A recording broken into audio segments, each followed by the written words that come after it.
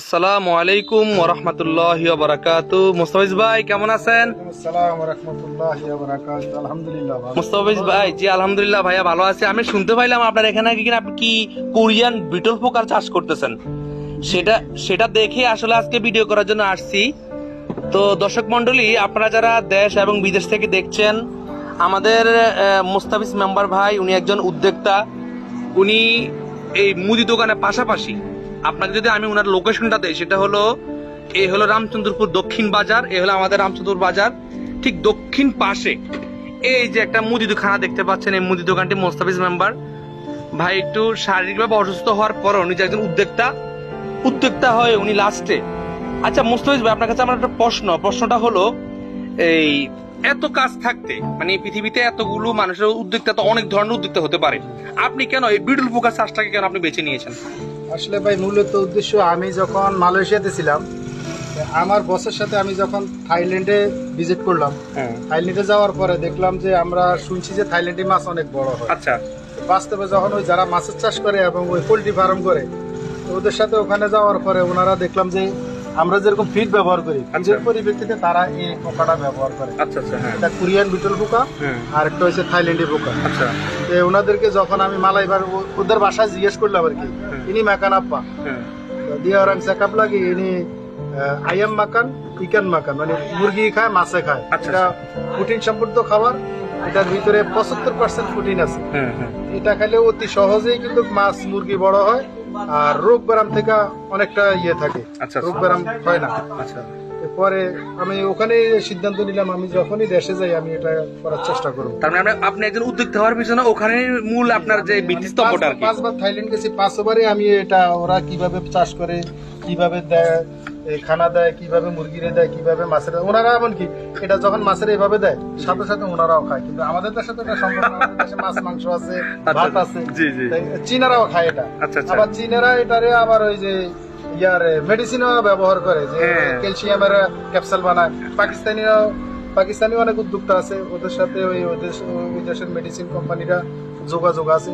তো আমি আশা রাখি আমাদের দেশও কমার নয়, এই আমাদের যারা 2-4 জন উদ্যোক্তা হলে প্রত্যেকটা এলাকা যখন 1-2 করে হবে, তাহলে ওনারাও আইসা এরকম আমাদেরকে একটু সহযোগিতা করবে। এখন আপনার ভিডিও দেখার পরে যদি কেউ আপনার কাছ থেকে এই জিনিসটা সম্পর্কে শিক্ষা গ্রহণ করার জন্য আসে, সেই ক্ষেত্রে আপনি কি তাদেরকে তথ্য পরামর্শ দিয়ে সহযোগিতা করবেন কিনা? ইনশাল্লাহ আমি যতটুকু জানি আমি ততটুকু এই শিখাতে চেষ্টা করব। তবে আমাদের এই আলীগঞ্জ, আলীগঞ্জ প্রাণী সম্পদ মন্ত্রণালয়ের প্রধান, ওনার কাছে শাহিন স্যার, উনিও আমাকে বলছে ঠিক আছে, আমিও তো এটা আগে করছি, তা আমার বিষটা আমি তো এখন নাই, হারাই ফেলছি, তা আমি আবার নতুন করে তোমার ওখান থেকে কিছু পিস এনে আমি স্টার্ট করবো। তবে যারাই করে এটা ভালো, উনি ওটা খুব প্রশংসা করলো। এমনকি আমি ঢাকা প্রাণী মন্ত্রণালয়ের প্রধান যিনি, ওনার পার্সোনাল একটা ল্যাব আছে, তা আমি খোঁজ খবর নিয়ে দেখলাম ওনার ল্যাবে উনি এটা পরীক্ষা নিরীক্ষা করে উনিও এটা চাষ করতেছে। ওনার 2-3টা ভাষ্য আমার রেকর্ড আছে, ওগুলো দেখে আমাকে আরো উদ্বুদ্ধ করতেছে যে আসলে শুধু আমি না, যারা শিক্ষিত লোকরাও এটা করতেছে।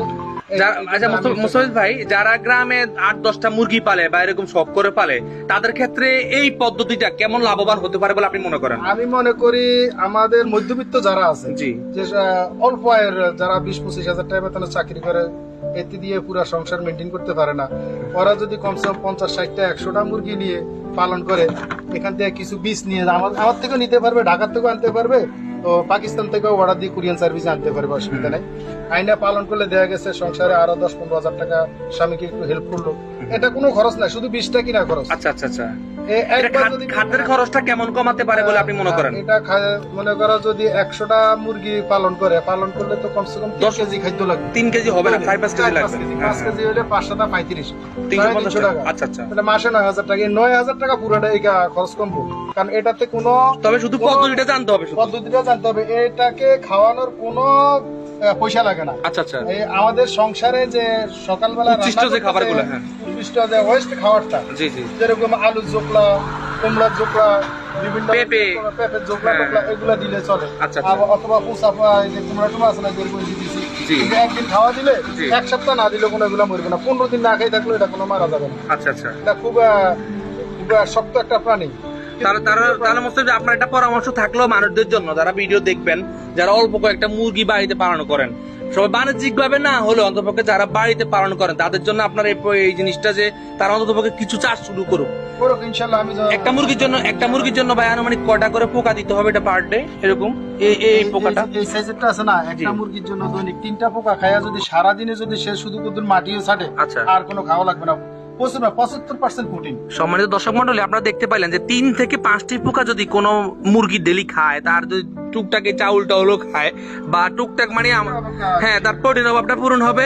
আমরা যে খাদ্যের ভয়ে এখন কিন্তু আপনারা জানেন যারা মুরগি পালন করে লস করে শুধু এই খাদ্যের কারণে। তো সেই ক্ষেত্রে যারা নবীন উদ্যোক্তা হবেন, যারা 8-10টি মুরগি 15-20টা মুরগি পালার জন্য ইচ্ছা পোষণ করছেন, তারা কিন্তু ইচ্ছা করলে এই পোকাগুলো পালন করে আপনারা আপনাদের এই যে মুরগির যে চাহিদা, ডিমের যে চাহিদা, এই ক্ষেত্রে মুস্তাফিজ ভাই কালকে আমাকে একটা কথা বলছিলেন যে আপনি নাকি পারিবারিক এখন ডিম আর বাইরে থেকে কিনা লাগে না। এই ক্ষেত্রে মুস্তাফিজ ভাই কিভাবে বলবেন জিনিসটা? আসলে আমি প্রায় 1 বছর ধরে আমি কিন্তু বাজারে আপনি দেখেন আমি কোনো ব্রয়লার মুরগি কিনি না। আচ্ছা, আমি ওই দেশীয় মুরগির বাচ্চা থেকে আমি নিজে পালন করি, ডিমও খাই, অনেক সময় যখন শখ লাগে একটা জবা করে খাই, সপ্তাহে 2টা না খামো, একটা খামো, কিন্তু আমি ব্রয়লার খাই। আচ্ছা। ডিমের চাহিদাটাও বর্তমানে তো ভাইয়ের এখানে অনেকগুলো দেখা যায়, অনেক ধরনের আছে এখানে। তো এখানে আমাদেরকে যদি দর্শকদেরকে দেখার জন্য কিছু বলেন। এখান থেকে আমি 500 আচ্ছা $500 বানিয়ে আমি শুরু করছি। আচ্ছা, আমি এই $500 বানিয়ে আমি এখন আমার প্রায় 80-90 হাজারের উপরে আছে। তার মানে আপনি বলছেন এটাকে লার্ভা বলে? লার্ভা এরকম 500 পিস থেকে শুরু করছেন? আচ্ছা। প্রতি পিস লার্ভার দাম কত টাকা করে আপনি কিনেছিলেন? পার পিস 5 টাকা করে কিনছিলাম। আচ্ছা, মানে প্রতি পিস আমি কি ধরতে পারি একটু? আমার তো ভয় লাগতেছে। এটা আবার থেরাপি। আচ্ছা, এটা থেরাপি দিলে দর্শক মনে আমি ধরতেছি। ডাক্তার এই দেখেন, এটা রক্ত চলাচল করবে, এটা অনেক উপকার। কারণ বিদেশিরা তো চায়না কুরিয়ারা এটা কোনো কামড় দেয় না ভাই? না, এটা তেলটা ব্যবহার করে মেডিসিনে, আর পাউডারটা কিনে আমাদের দেশে কিনে আনি ফিক কোম্পানিরা কিনে। এটা আমার হাতে আপনারা দেখতে পাচ্ছেন, এই যে লার্ভা আমি ফেলে দিলাম। আমার কাছে খুব ভালো লাগতেছে, সুন্দর লাগে। এটা হলো মাদার মা, এটা হলো মা না, এটা হলো লার্ভার মা। এটা কিন্তু কেউ এটাই ডিম দেয়। আচ্ছা, এটা হলো ডিমের জন্য। এটা ডিমের জন্য। ও ভেরি গুড। সর্বপ্রথম একদম ছোট্ট একটা বাচ্চা আমাদেরকে দেখান, যেটা একদমই ছোট। একদম ছোট, এই যে এটা হলো একদম ছোট, দেখতে পাচ্ছেন এটা ছোট। 4-5 দিনকার বাচ্চা।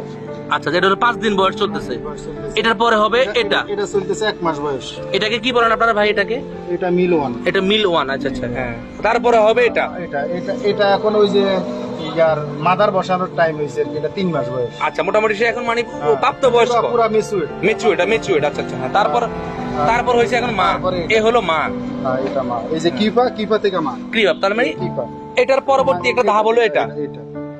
এই যে বাদামি রংটা, বাদামি, এটা গতকালকার, আজকে বাদামি কালার হয়েছে, এই আগামীকাল এরকম ব্রাউন হবে, 2 দিন পরে এরকম কালো হয়ে যাবে। আচ্ছা। তারপরে আপনি যে বোতল জারটা দেখেন, ওই ক্ষেত্রে কি করতে হয়? বোতলের ভিতরে কি আছে ভাই? এখানে বোতলে কোনটা রাখছেন আপনি? এই যে এটা রাখছি। এটা একটা বোতলের মধ্যে কয়টা ঢুকাইছেন? একটা বোতলের ভিতরে 1 পিস রাখছি। আর বোতল না, কাপড় ঢুকানো যায়। আচ্ছা মুস্তাফিজ ভাই, তাহলে তো আমরা জিনিস ফলো করলাম যে এগুলো তো রাস্তাঘাটে পাওয়া যায়, তার মানে তেমন কিছু কিনেও লাগতেছে না আপনাকে? না, আমার কিনে লাগতেছে। এই পদ্ধতি যদি কেউ মানে পালন করতে চায়, তার যেমন টাকা খরচ করতে হবে এরকমও কিন্তু না। এমন কিছু না। একটা বোতল যদি একবার সংগ্রহ করে, সে 10 বছর পর্যন্ত। বোতলে তো কিছু হয় না।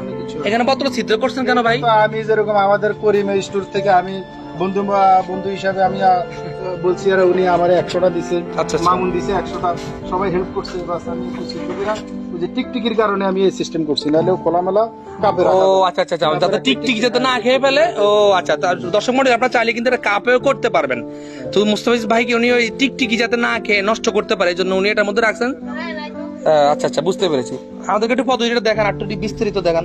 ও মা, এখানে তো অনেক বোতল, সবগুলোর ভিতরে আছে? হ্যাঁ, সব দিনের বোতল এরকম। আমার আপনার কেউ আবার স্পিড মনে করে খাইতে যায় না? আমার 2000 এর উপরে। ভাই বোতলটার মধ্যে কি হবে এখন? বোতলের মধ্যে ডিম পারবে? না, এটা এই যে আমি লম্বা রাখছি না। জি। এটা 3 দিন পরে আস্তে গোল হয়, গোল হওয়ার পরে এই কিফা হয়, 10 দিন পরে কিফা হবে। একটার মধ্যে কটা করে রাখছেন? একটার মধ্যে একটা অনলি। হ্যাঁ, আচ্ছা। হয় কিফার পরে এই যে সাদা হয়েছে, জি, সাদার পরে বাদামি কালার, তারপরে ব্রাউন কালার, তারপরে কালো। মানে কালো। কিন্তু এখন যদি কাউকে আমি ডাইরেক্ট বলি যে এটা থেকে এটা হয়েছে, বিশ্বাস করবে না। আচ্ছা। স্টেপ বাই স্টেপ যদি না বোঝানো যায়, তাহলে হ্যাঁ, স্টেপটা খুব গুরুত্বপূর্ণ না? তো ভাই আপনার এখানে যতগুলো বোতল আছে, প্রত্যেকটা বোতলের মধ্যে একটা করে রাখছেন এই যে মেচুইট যে পোকাটা, এটার নাম হলো কোরিয়ান বিটল পোকা। এখানে আর কি কোনো জাতের আছে না? একটা জাতেরই আছে এখানে। এখানে ভিতরে আরেকটা আছে থাইল্যান্ডি পোকা। থাইল্যান্ডের বিটল পোকাটা আমরা দেখবো, দর্শকদের দেখানোর চেষ্টা করি। আমি একজন উদ্যোক্তা, সেই হিসাবে আমি অন্য উদ্যোক্তাদেরকে পছন্দ করি, ভালোবাসি। আমি নিজে চাই যাতে অন্য উদ্যোক্তারা একটা নতুন কিছু করুক। আমি অবশ্যই আপনাদের কাছে একটা রিকোয়েস্ট রাখবো, যারা উদ্যোক্তা তারা উদ্যোক্তাদেরকে সহযোগিতা করবেন। এটা একটা ছোট জাতের পোকা, এটা হলো কবুতরের জন্য, এরপরে অনেকে শখ করে যে পাখি ফেলে না, পাখির জন্য। পাখির জন্য, এরপরে ভালো ভালো ওই যে মুরগির বাচ্চা আছে না এখন 800-900 টাকা, যে ছোট ছোট বাচ্চা ওদের জন্য। ও আচ্ছা আচ্ছা, এটা একটু সাইজে ছোট। এটা একটু সাইজে ছোট ভাই। এখন এটা ডিম দেয় বেশি, এটা আবার 400 ডিম দেয় এক পিস। সুবহানাল্লাহ, আল্লাহ কিভাবে প্রজনন প্রকৃতি সৃষ্টি করছে দেখছেন। একটা পোকা আবার 400 করে ডিম দেয়। তার মানে শুধু পোকা ইচ্ছা করলে আপনি পুরো দেশ পোকা দিয়ে ভরে ফেলতে পারবেন।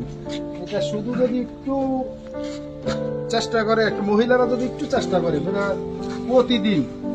প্রতিদিন 2 লক্ষ টাকা আদায় করবো, সে তার পক্ষে সম্ভব। অল্প অল্প পয়সা ইনভেস্ট করলে সব ভাইয়ের স্ক্রিনে নাম্বার দেওয়া থাকবে, আপনারা অবশ্যই সরাসরি ভাইয়ের সাথে যোগাযোগ করতে পারেন। রামচন্দ্রপুর দক্ষিণ বাজার আসলে এই যে আমাদের মোস্তাজ ভাইকে পেয়ে যাবেন। ওনার মুদি দোকান, এর পাশাপাশি উনি নিজের উদ্যোক্তা হিসেবে উনি নিজেটা করতেছেন। আপনাদের একটু কাছ থেকে ক্লোজ করে দেখাই।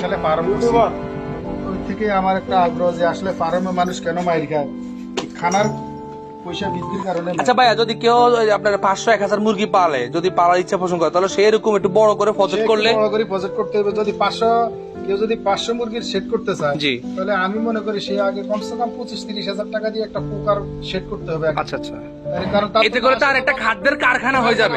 হ্যাঁ, এটা একটা কারখানা। আর প্রতি মাসে যদি 1 লাখ টাকার যদি খাদ্য কিনা লাগে, সে 50,000 টাকা যদি পোকা উৎপাদন একবারে স্টার্ট করে, তাহলে সে 50 বছর পর্যন্ত শুধু আর ফিট কিনা লাগবে। বুঝছি, হ্যাঁ, এটা তো রাইট, যুক্তিসঙ্গত কথা। কিন্তু আপনার ওই এখন তো মানুষ খাদ্য কিনতে কিনতে তার খামারের অবস্থা শেষ। মানে যার যত চাহিদা লাগবে সে তত মাদার বাড়াইতে হবে। মানে আপনার এটা হলো মা। আমার যদি 20টা মুরগি থাকে, তাহলে 20টা মুরগির জন্য আমার দৈনিক কতটুকু প্রোডাকশন প্রয়োজন? ধরুন 20টা মুরগির জন্য আমরা 4-20-80টা লাগবে। 4-20-80টা, তাহলে এরকম কটা লাগবে ভাই? 4-20-80টা লাগলে এরকম 300 পোকা লাগবে, 300 মাদার লাগবে। আর তোমার যদি প্রতিদিন 10 কেজি লাগবে, এরকম 10 কেজি প্রয়োজন, তাহলে তোমার 15,000 মাদার লাগবে। সম্মানিত দর্শক মন্ডলী, এখানে সর্বোপরি একটা কথা মোস্তাফিজ ভাইয়ের যেটা আমাদেরকে বুঝাতে চাচ্ছেন, সেটা হলো আপনারা যারা মুরগি পালন করবেন বাড়িতে, আপনাদের সর্বপ্রথম যেই খরচটা যেখানে হয় সেটা হলো খাদ্য। সোজা কথা, আপনাকে খাদ্যের খরচটা কমিয়ে আনার জন্য উনার এই প্রচেষ্টা। উনি একজন উদ্যোক্তা হিসেবে তৃণমূল পর্যায়ে এই ছোট্ট একটা প্রয়াস, ছোট্ট একটা খামার উনি শুরু করেছেন।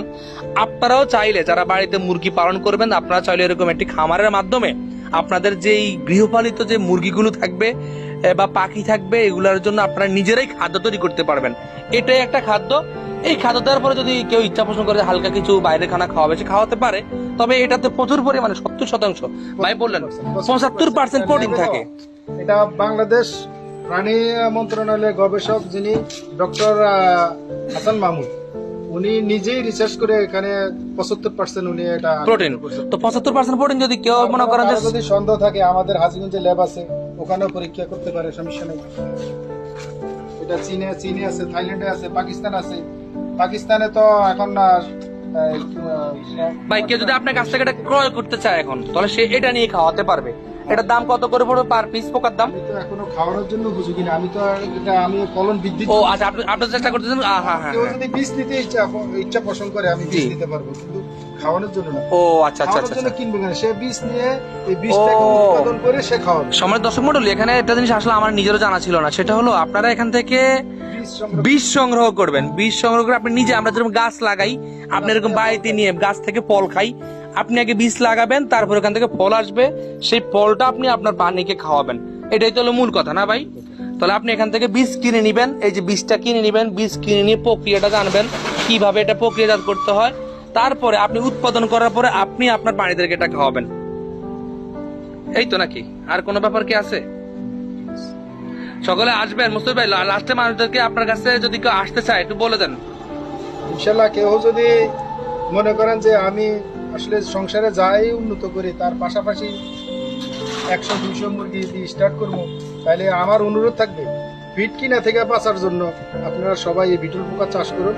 প্রত্যেকটা ঘরে ঘরে আমি চাই আগামী 2-4-5 বছরের ভিতরে আমাদের এই 7 নং বিপদ সিমিনের প্রত্যেকটা ঘরে এই বিটল পোকা চাষ করা করাটাই আমি দেখতেছি। জি, সবাইকে ধন্যবাদ। সকল উদ্যোক্তাদেরকে আল্লাহ সহযোগিতা করুক। উদ্যোক্তাদের বিকল্প কিচ্ছু নেই। সকলে দোয়া করবেন মোস্তফা ভাইয়ের জন্য, সকলে দেখা করবেন। আমরা নাম্বার